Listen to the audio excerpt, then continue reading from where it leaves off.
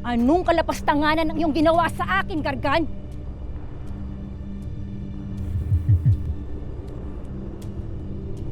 Ano nga ulit ang iyong pangalan? Ethel? Heather? Ako, si Batalumang Ethel. At hindi ako makapapayag na magtagumpay ang iyong kasamaan, Gargan.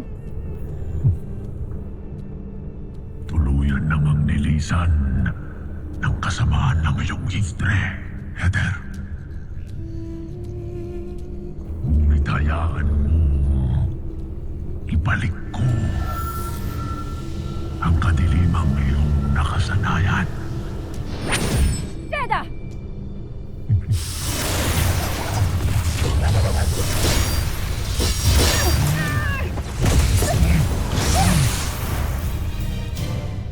Patala. Hayaan niyo kami.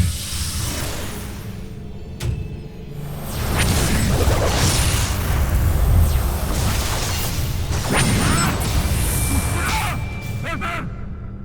Pumanig ka na lamang sa akin. Dati mo na akong kinalaban. Pumanig ka kay Emre, ngunit anong napala mo? Sa pa, nag-umpisa ka nang makatikim muli ng masama. Pati mo ba hayaan? Sapagkat ginamit mo ako.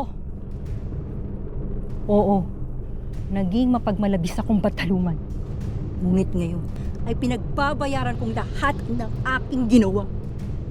Kung kaya't higit kong batid na ako ay hindi nararapat umanib sa iyong kadiliman at kasamaan.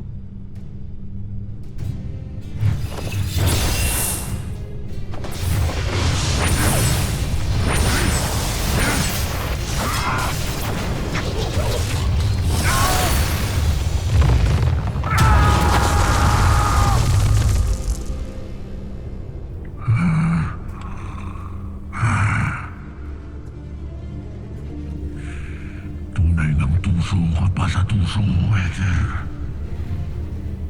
Ngayon natatakasan na tayo ng Bataluman ay maaari na tayong balaan sa ating mga kaaway. Kung ganun, panahon na upang subukan kong muli ang aking kapangyarihan laban sa mga sangre.